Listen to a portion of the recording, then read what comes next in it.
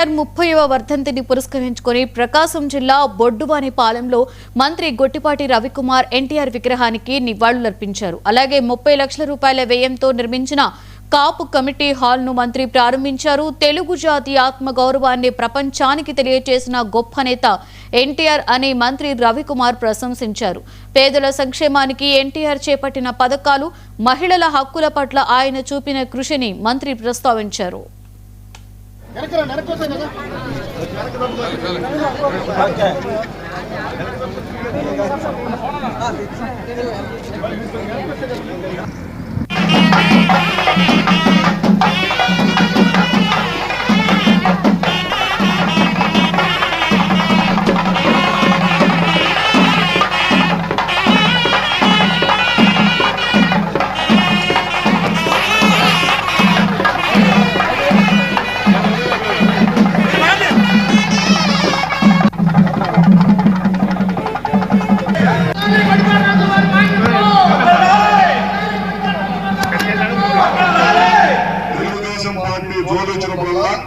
ఆ పార్టీలో అంతమైపోయింది. మనం చూశారు, చంద్రబాబు గారిని జైల్లో పెట్టి తెలుగుదేశం పార్టీని అంతం చేయాలని చూశారు.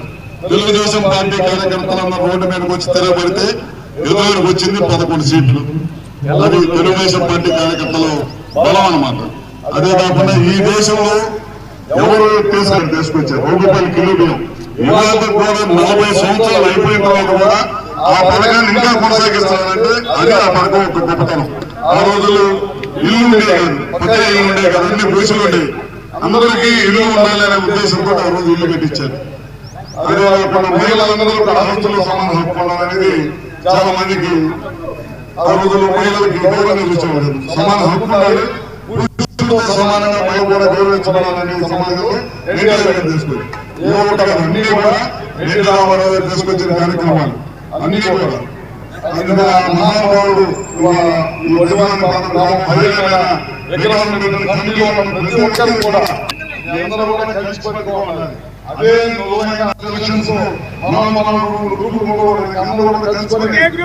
జాగ్రత్తగా ఉండి తెలుగుదేశం పార్టీని మరింత తెలుగుదేశం పార్టీ కొట్టిన